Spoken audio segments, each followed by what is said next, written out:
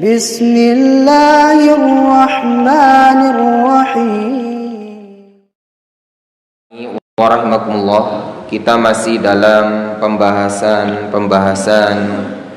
di ayat-ayat awal dari surah An-Nur berkenaan dengan hukum zina. Pada ayat yang kedua kita murojaah bahwasannya pezina perempuan dan pezina laki-laki yang ghairu muhsan itu hendaknya didera sebanyak 100 kali dera. Kemudian di ayat yang ketiga dari surah An-Nur bahwasannya pezina laki-laki itu tidak boleh menikahi kecuali menikahi pezina perempuan atau musyrikah. Begitu juga sebaliknya pezina perempuan tidak boleh menikahinya kecuali seorang pezina laki-laki atau musyrik. Kemudian di ayat yang keempat dari surah An-Nur tentang ancaman bagi orang-orang yang menuduh zina terhadap al-muhsanat, terhadap wanita-wanita yang baik dituduh berzina dan dia tidak bisa mendatangkan 4 orang saksi, maka bagi si penuduh ini hendaknya didera samanina jaldah sebanyak 80 kali dera. Kemudian di ayat yang kelima dijelaskan dikecualikan jika baik itu pezina laki-laki tadi atau pezina perempuan tadi itu bertaubat kepada Allah Subhanahu wa taala, memperbaiki imannya dan memperbaiki amal solihnya, maka Allah Subhanahu wa taala Maha Pengampun lagi Maha Penyayang. Kemudian di ayat yang ke-6 itu berkenaan dengan orang-orang laki-laki atau seorang suami atau para suami yang melihat atau menuduh istrinya berzina dan hanya dia saja yang mengetahuinya. Dia tidak bisa mendatangkan 4 orang saksi, maka wajib baginya untuk bersumpah sebanyak 4 kali sumpah bahwasannya dia benar persaksiannya. Dan sumpah yang kelima adalah doa laknat jika apa yang dia persaksikan atau dia sumpahkan itu adalah dusta. Kemudian di ayat yang ke-7 itu, di ayat yang ke-6 dan ke-7 itu juga berkenaan dengan jika si wanita tidak terima, ya, 7, 6, 7, 8. Di ayat 6, 7, 8 itu berkenaan dengan jika seorang wanita atau istri tadi itu dituduh berzina oleh suaminya dan dia mengingkarinya, maka dia juga harus bersumpah sebanyak 4 kali sumpah, yakni mengingkari persaksian suaminya, bahwasanya persaksian suaminya itu salah atau dusta. Dan yang kelima adalah dia berdoa semoga laknat Allah menimpa dia jika persaksian suaminya itu adalah persaksian yang benar.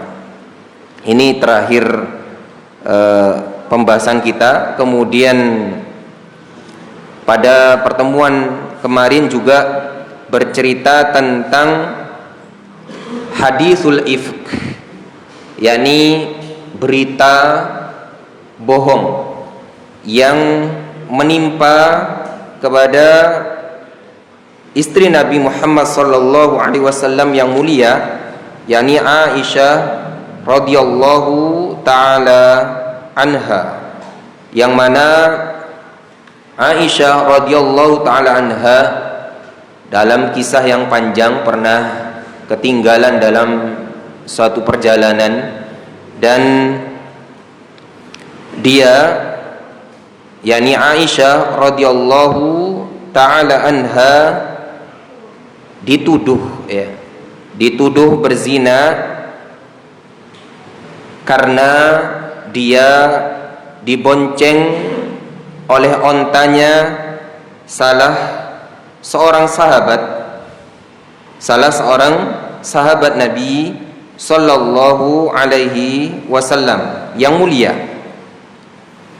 Kemudian ketika menyusul rombongan, maka berita atau tuduhan atau al-ifk tadi itu disebarkan oleh orang-orang munafik, yakni gembongnya adalah Ubay bin Salul, ya, Abdullah bin Ubay bin Salul, dan orang-orang yang beriman juga sempat terpengaruh dengan berita tersebut.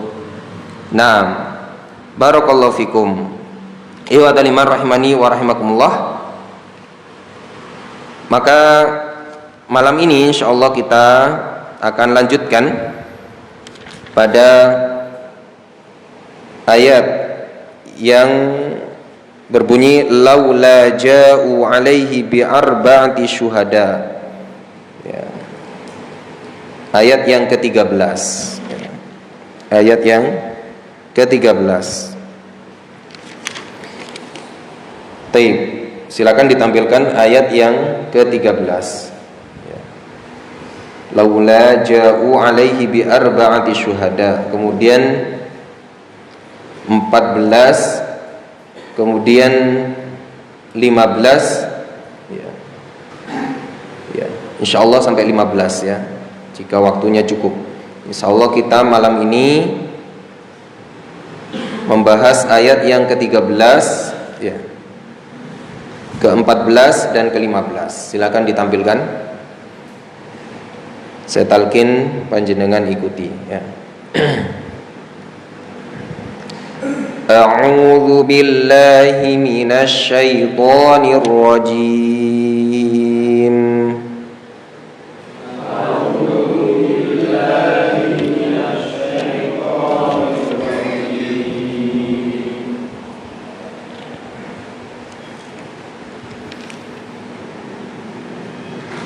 لولا جاءوا عليه بأربعة شهداء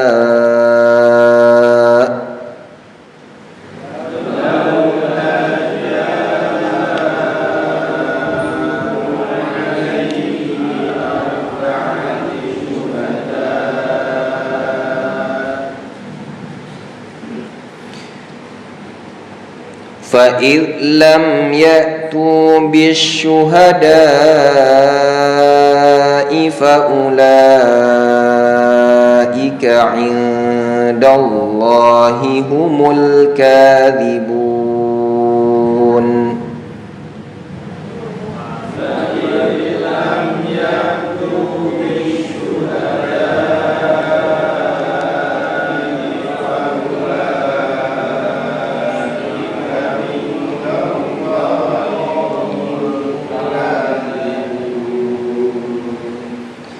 ولولا فضل الله عليكم ورحمته في الدنيا والآخرة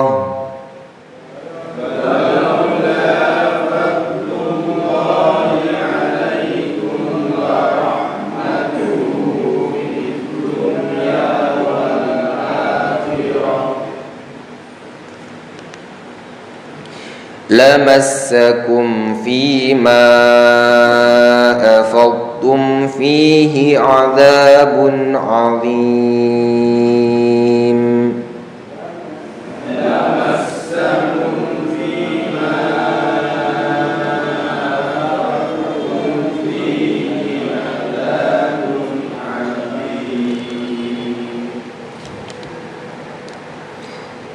إذ تلقونه بألسنتكم وتقولون بأفواهكم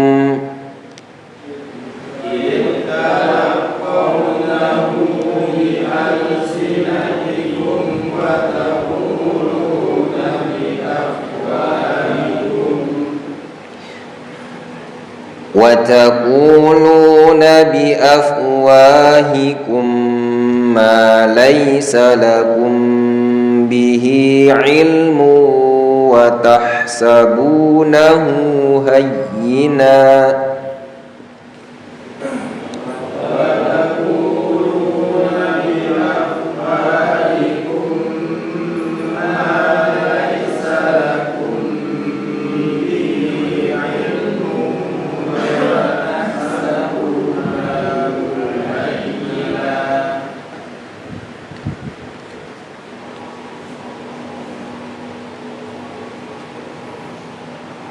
وهو عند الله عظيم.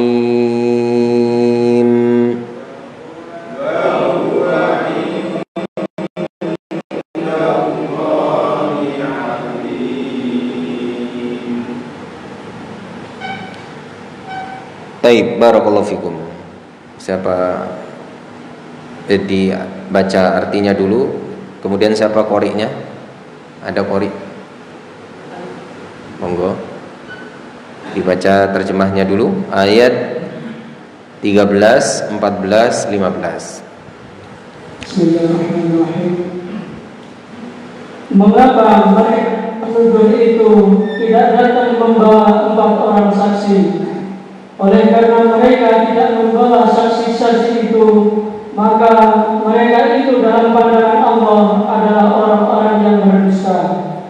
Dan seandainya bukan karena karunia Allah dan rahmatnya kepadamu di dunia dan akhirat, niscaya kamu ditimpa azab yang besar disebabkan oleh pembicaraan kamu tentang hal itu, yaitu berita bohong. Ingatlah ketika kamu menerima berita bohong itu dari mulut ke mulut, dan kamu katakan dengan mulutmu apa yang kamu tidak ketahui sedikitpun, dan kamu menganggapnya remeh, padahal dalam pandangan Allah itu adalah soal yang besar. Taib, barakallahu fikum. Silakan dibaca tafsirnya.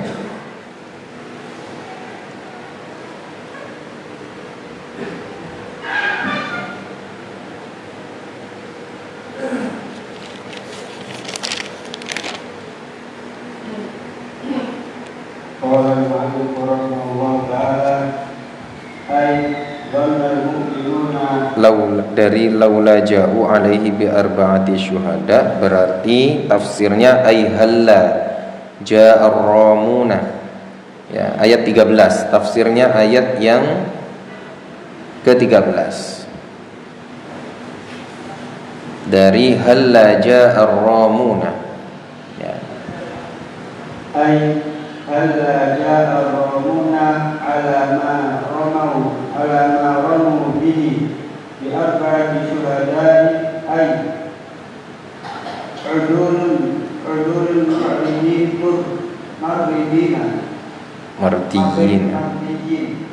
fa in lam yatu bi syuhada'i fa ulaika indallahi humul kadhibun wa in kanu fi anfusihim qad tayaqqanu dzalika fa innahum kadhibuna fi hukmillahi لأن الله حرم عليهم التكلم بذلك من دون 4 شهور فيه ولهذا قال فأولئك عند الله هم الكاذبون ولم يقل فأولئك هم الكاذبون وهذا كله من تعظيم حرمة عرض المسلمين بحيث لا يجوز الإقدام على رميه من دون نصاب bisidqi من دون نصاب asyhadati bisidqi. Ya, baik, itu dulu cukup ya, nanti ditambah lagi. Nah, barakallahu fikum, pada ayat yang ke-13 ya. Pada ayat yang ke-13, laula ja'u alaihi bi arba'ati syuhada. Mengapa mereka para penuduh itu atau ar-ramun, orang-orang yang menuduh itu, mengapa mereka itu tidak mendatangkan arba'ati syuhada, 4 orang saksi ya, yakni para orang-orang munafikin yang dipimpin oleh Abdullah bin Ubay bin Salul. Ini adalah pembawa berita awal ya, pembawa berita bohong yang pertama, kemudian disebarkan di kalangan munafikin, kemudian disebarkan juga di kalangan orang yang beriman dengan iman yang baik, juga terpengaruh dengan berita yang diberitakan oleh Abdullah bin Ubay bin Salul ini.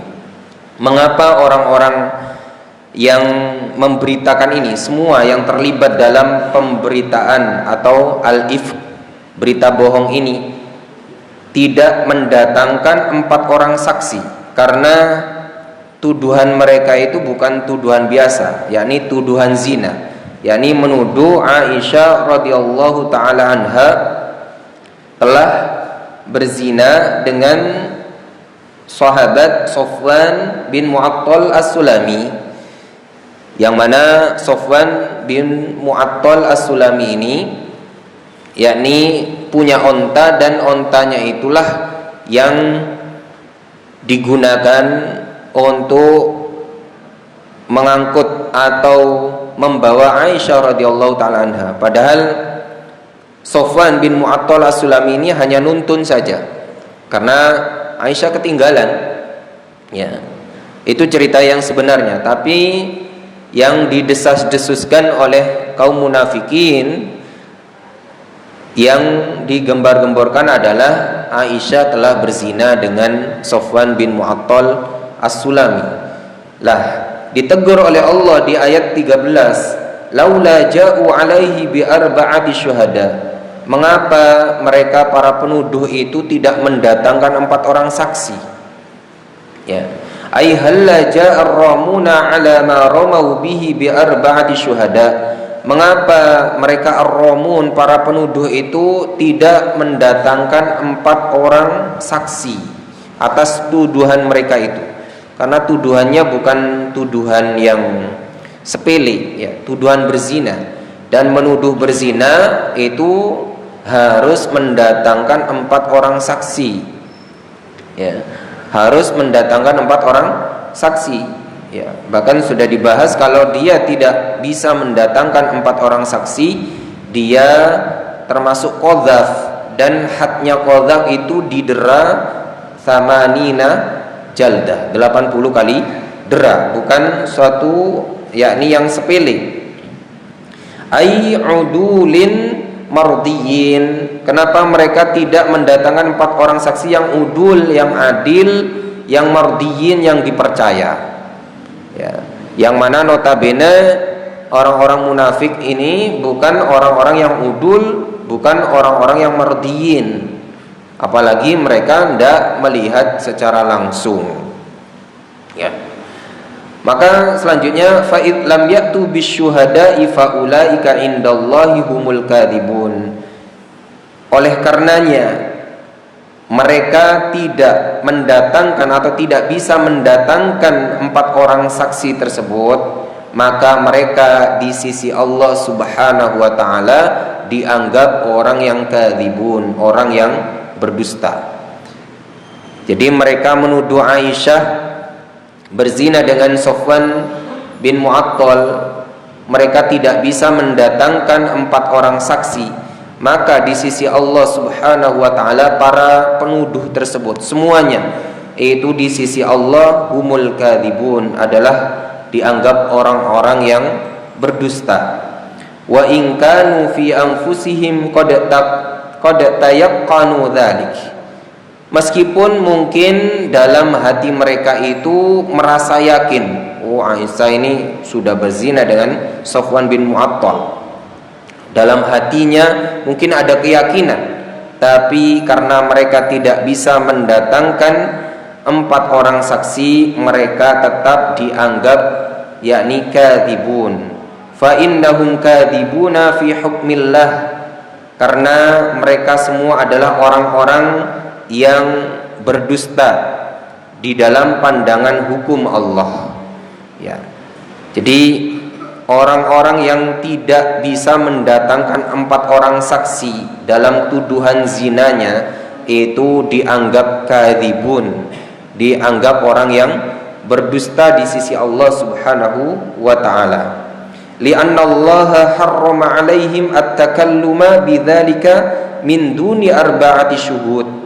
Karena Allah subhanahu wa ta'ala telah mengharamkan berbicara atau menyebarkan pembicaraan tuduhan berzina ketika dia tidak bisa mendatangkan 4 orang saksi. Walihada qala faulaika indallahi humul kadhibun. Oleh karenanya Allah berfirman, mereka itu semua di sisi Allah adalah dianggap al-kadhibun, orang-orang yang berdusta. Walam yakul faulaika humul kadhibun wa hadza kulluhu min ta'zimi hurmati 'irdil muslim bihaitsu la yajuzu al-iqdam ala ramyihi min duni nisabi syahadati bisidqi. Mereka semua adalah orang-orang yang kadzibun, orang-orang yang berdusta, karena masalah ini adalah berkenaan dengan ta'zim hurmati 'irdil muslim, berkenaan dengan mengagungkan kehormatan seorang muslim. Jadi kehormatan seorang muslim itu adalah sangat agung, sangat mulia, yang mana tidak boleh seseorang itu lancang dan bergampang-gampangan menuduh seseorang itu berzina min duni nisabi syahadati bisidqi, tanpa mendatangkan seorang atau 4 orang saksi, ya, yang as-sidq, yang semuanya itu punya sikap jujur. Walaula fadlullahi alaikum, ini belum dibaca ya, silakan dilanjutkan. ولولا فضل الله عليكم ورحمته في الدنيا والآخرة بحيث شان لهم إحسانه بهما في أمر دينكم ودنياكم فمسكم فيما أفضتم أي فضلتم فيه من شأن الإفك عذاب عظيم لاستحقاقكم ذلك بما قلتم ولكن من فضل الله عليكم ورحمته أن شرع لكم التوبة وجعل العقوبة مطهرة للذنوب مطهرة إذ تلقونه بألسنتكم أي تلقونه ويلقيه بعضكم إلى بعض وتستوجون حديثه وهو قول باطل وتقولون بأفواهكم ما ليس لكم به علم والأمران محذوران التكلم بالباطل والقول بلا علم وتحسبونه هينا فلذلك أقدم عليه من أقدم من المؤمنين الذين تابوا منه وتطهروا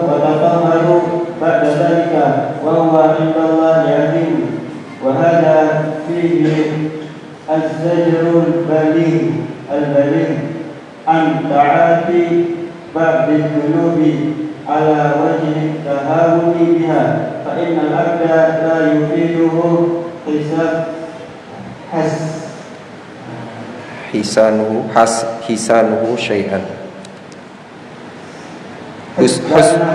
husbanuhu syai'an ولا يخفف من عقوبة الذنب بل يضاعف الذنب ويسهل عليه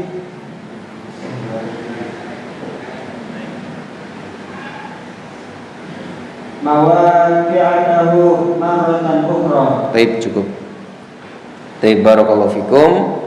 Kemudian selanjutnya perhatikan, walaula fadlullahi alaikum wa rahmatuh, sekiranya bukan karena karunia Allah dan rahmat Allah, fid dunya wal akhirah, di dunia maupun di akhirat, bihaitsu syamalakum ihsanuhu fihima, yang mana kebaikannya Allah itu meliputi kalian baik itu di dunia maupun di akhirat, fi amri dinikum wa dunyakum, dalam urusan dunia kalian dan agama kalian. Lamassakum fima afattum, niscaya Allah akan menimpakan kepada kalian fima afattum, atas apa yang dibicarakan oleh kalian, yakni pembicaraan orang-orang munafik dan orang-orang mukmin yang terpengaruh menyebarkan al-ifk, berita bohong itu. Sekiranya Allah tidak merahmati mereka, tidak memberikan karunia kepada mereka, yakni tidak memberikan maaf dan ampunannya Allah, rahmatnya Allah, seandainya rahmatnya Allah itu tidak diberikan kepada mereka, niscaya apa yang terjadi? Maka ayyuhtum fihi fi sya'nil ifki adzabun adzim, maka mereka mendapatkan adzabun adzim karena sebab sya'nil ifk tadi, karena mereka telah menyebarkan berita dusta tadi. Seandainya bukan karena rahmat Allah, mereka akan ditimpa adzabun adzim, yakni azab yang besar. Listihqaqikum dzalika bima qultum walakin min fadlillahi alaikum wa rahmatihi an syara'a lakumut taubah, yakni Allah istihqaq, Allah realisasikan azabnya seandainya Allah tidak merahmati kalian, seandainya Allah tidak memberikan rahmatnya, ya, niscaya Allah akan timpakan yakni azab yang besar atas sebab apa yang kalian katakan atau kalian sebarkan berita ifk tadi itu. Tapi Allah Subhanahu wa taala ansyara'a lakumut taubah, Allah syariatkan kepada kalian bertaubat. Allah masih memberikan kesempatan untuk bertaubat. Yang tadi menyebarkan berita ifk tadi itu diberi kesempatan, masih diberi yakni kesempatan untuk memohon ampun kepada Allah Subhanahu wa taala.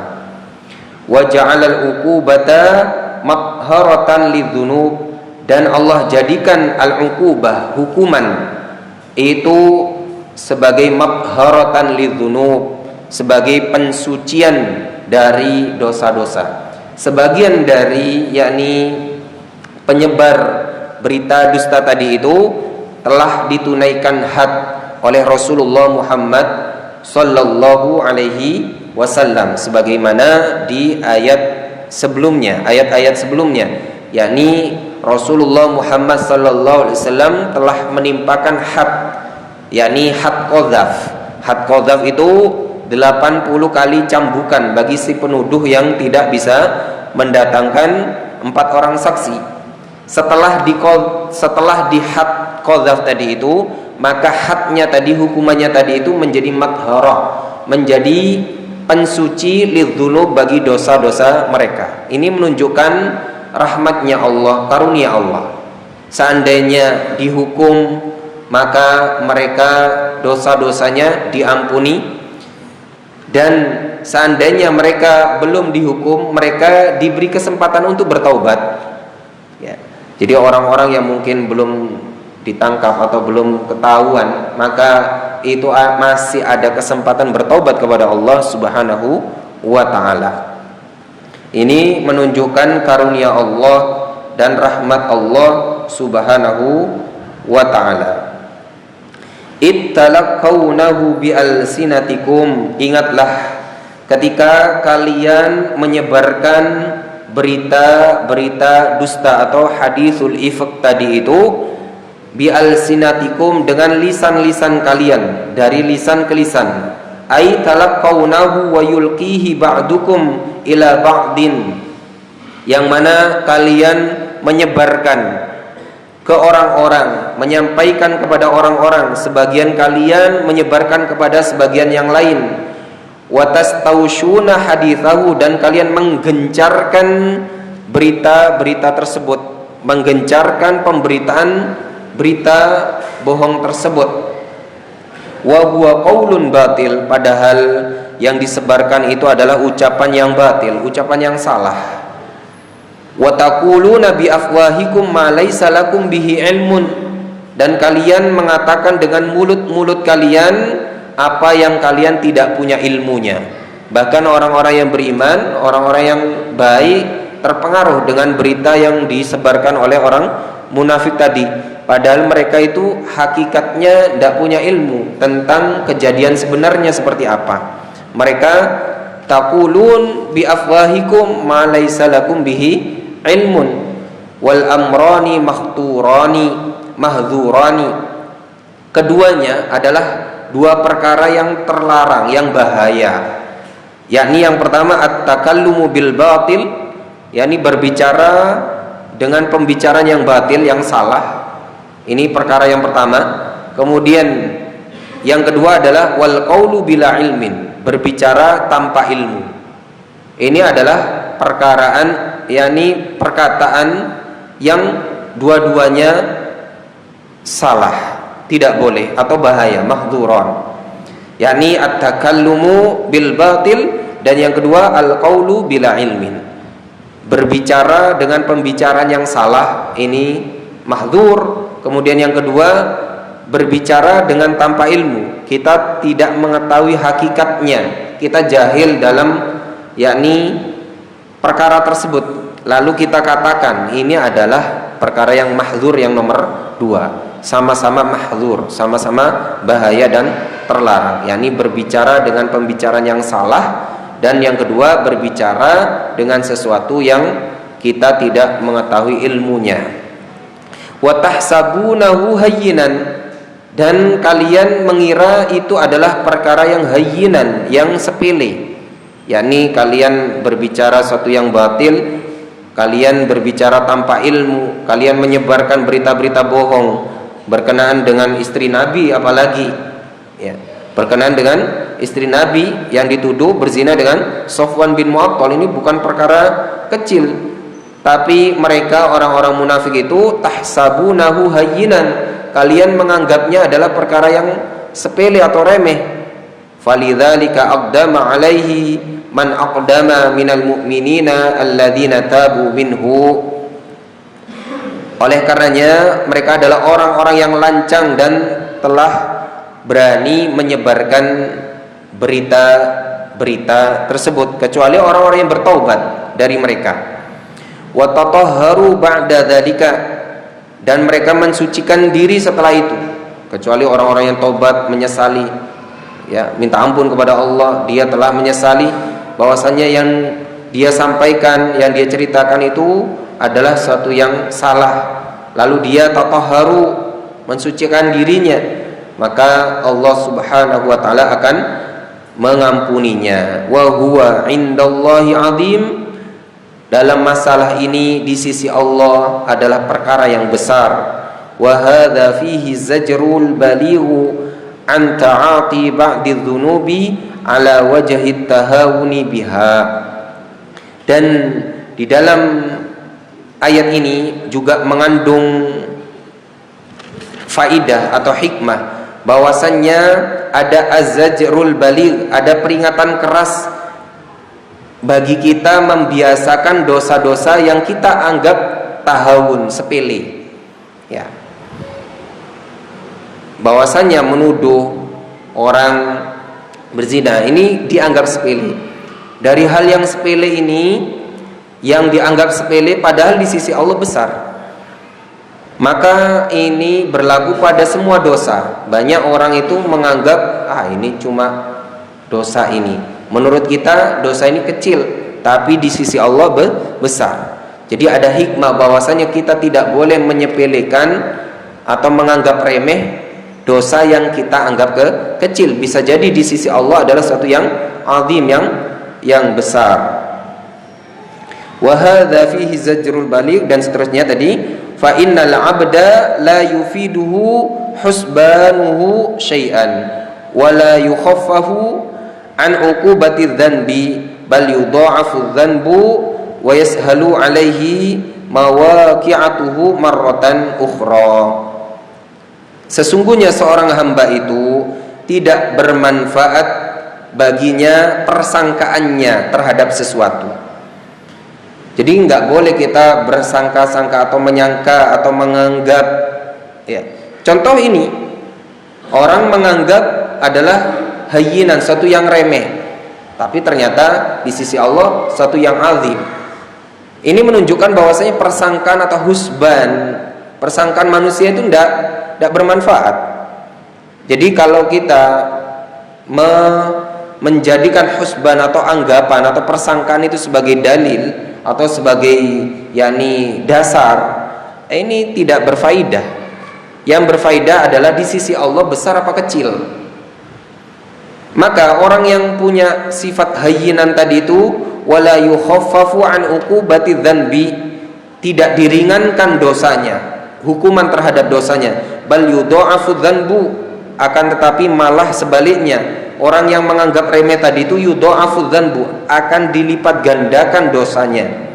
Wa yashalu 'alaihi mawaqi'atuhu marratan ukhra, dan biasanya orang yang menganggap remeh itu adalah akan mudah, 'alaihi mawaqi'atuhu, akan tergelincir lagi atau jatuh lagi, marratan ukhra, pada lain waktu atau pada kesempatan yang lain. Bahwasannya orang yang punya sikap meremehkan terhadap suatu dosa itu biasanya yashal alaihi mawaqi'atahu marratan ukhra, akan mudah lagi terjatuh pada dosa itu. Berbeda dengan orang yang tidak meremehkan, tidak menganggap sesuatu ini remeh, enggak. Dia menganggap ini besar, semua dosa besar. Maka orang yang seperti ini insya Allah dia akan lebih sulit jatuh lagi ke dosa tersebut. Barakallahu fikum. Mungkin itu saja dulu yang bisa kita bahas pada kesempatan malam hari ini. Monggo jika ada yang ditanyakan.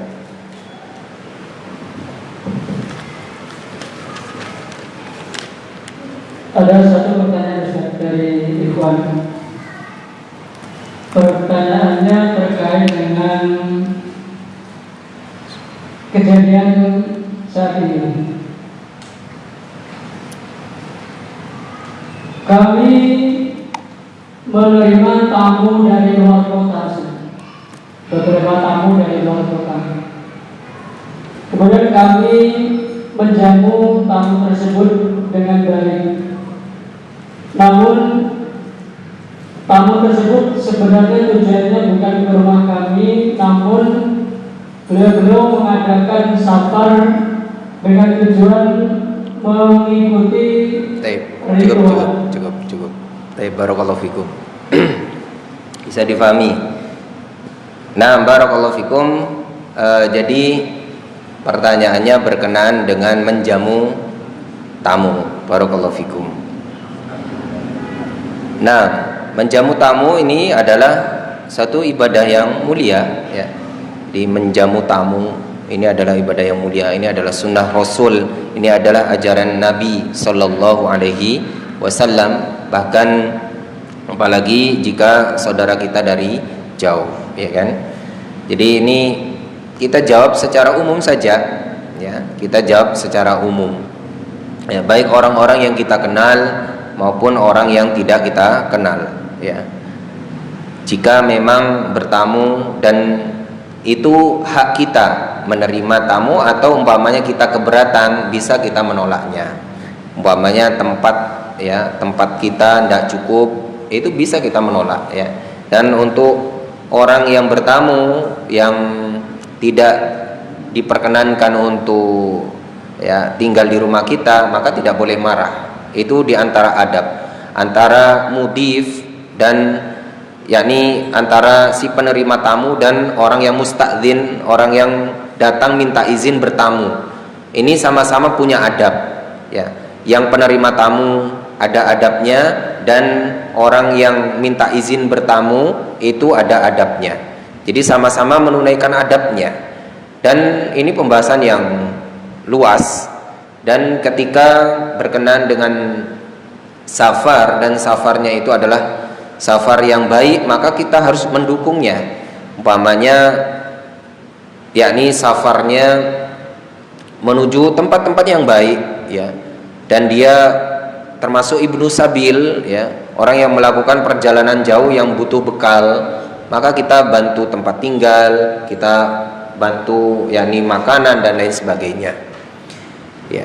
Namun jika secara umum umpamanya perjalanannya itu menuju tempat yang tidak baik atau dengan tujuan-tujuan yang tidak baik, nah barakallahu fikum, maka tidak selayaknya kita untuk ta'awun, ya.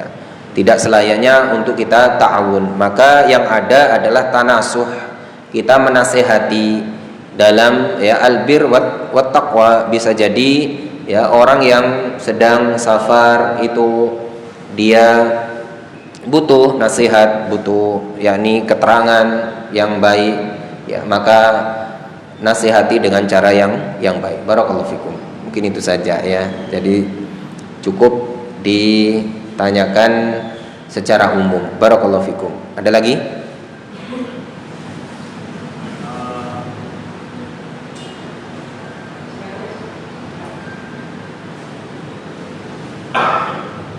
Terkait tentang suami istri yang menuduh zina.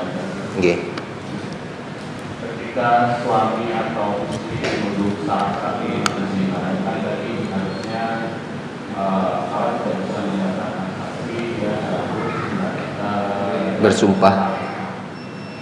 Apakah boleh jika kemudian karena dia tidak menyatakan saksi dan dia tidak bersumpah, apakah dia terkena hukuman berat seperti ayat sebelumnya?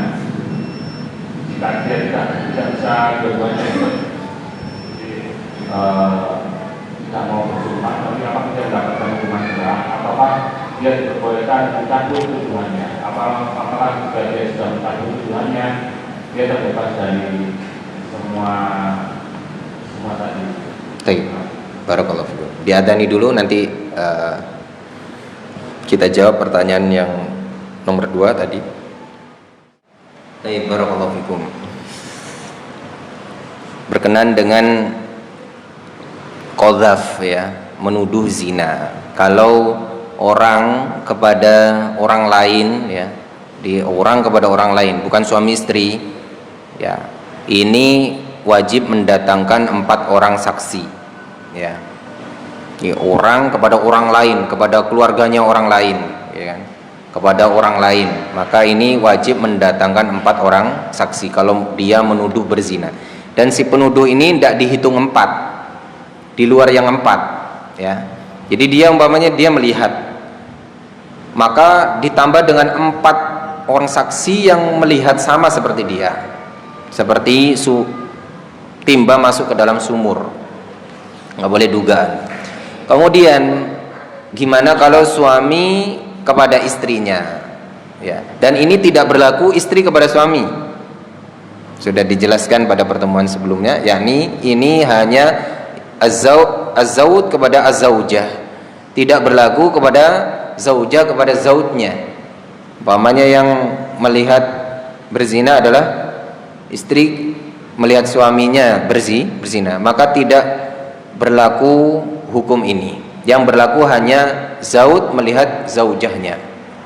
Nah, ini tidak perlu mendatangkan 4 orang saksi, asal dia melihat dengan secara langsung, yakni seperti timba masuk ke dalam sumur, bukan hanya dugaan, bukan hanya berdasarkan persangkaan, ya. Maka yang dilakukan bukan mendatangkan 4 orang saksi. Yang dilakukan adalah dia bersumpah 4 kali bahwasannya persaksiannya itu benar. Dia benar-benar mengetahui bahwasannya istrinya berzina. Dan yang kelima adalah doa laknat. Ya Allah, laknat saya kalau persaksian saya ini salah. Ini adalah li'an namanya. Ini namanya li'an di dalam fikih Islam. Lalu ternyata umpamanya sudah terlanjur menuduh, ternyata si suami ini ingin mencabut persaksiannya tadi itu karena dia sebenarnya tidak lihat secara langsung, hanya dugaan, hanya berdasarkan yang lainnya, ya. Dia tidak melihat secara langsung. Lah, maka dia harus mendustakan perkataannya di hadapan istrinya dan minta maaf kepada istrinya. Dia harus mengatakan secara sharih, apa yang saya katakan kemarin itu salah dan tidak benar. Dan itu dikatakan di hadapan istrinya dan dia minta maaf karena telah menuduh istrinya. Dan harus dibawa ke hakim. Dan hakim bisa menentukan 2. Karena memang ada 2 pendapat. Orang yang sudah terlanjur qadhaf, menuduh, ini nanti kalau hakimnya mendera 80, ya didera 80. Kalau hakimnya punya kebijakan, ya sudah, ini kan sudah bertaubat, maka tidak perlu didera, asal dia sudah berubah. Adapun yang berpendapat didera, tetap didera meskipun bertaubat, karena supaya menjadi pelajaran untuk orang lain, kaum muslimin yang lain, untuk tidak gampang-gampang menuduh. Kalau seandainya tidak didera, ya, maka nanti akan banyak orang asal nuduh, setelah nuduh dia tobat. Tobat saja, saya sudah menyesal dari tuduhan saya kurang kuat, saya bertobat saja, nggak didera. Maka jika hakim menentukan didera sebanyak 80 kali bagi si penuduh yang mencabut tuduhannya tersebut, maka itu haknya hakim berlaku, ya. Tapi jika seandainya hakim punya kebijakan ini tidak perlu didera karena dia sudah mencabut omongannya dan sudah bertobat sungguh-sungguh, maka ini juga haknya hakim. Ada 2 pendapat dalam masalah ini. Tapi harus si suami tadi yang terlanjur menuduh tadi itu harus mencabut, yakni persumpahannya atau persaksiannya yang sebelumnya itu dicabut dengan dia mengikrarkan bahwasanya persaksiannya salah dan minta maaf kepada istrinya. Nah, barakallah. Cukup? Ada lagi? Cukup ya? Taib, kita cukupkan. Mudah-mudahan apa yang kita kaji pada kesempatan malam hari ini bermanfaat untuk kita semua. Kurang lebihnya kami mohon maaf yang sebesar-besarnya. Kita tutup kajian kita dengan doa kafaratul majlis. Subhanakallahumma wa bihamdika asyhadu an la ilaha illa anta astaghfiruka wa atubu ilaik. Assalamualaikum warahmatullahi wabarakatuh.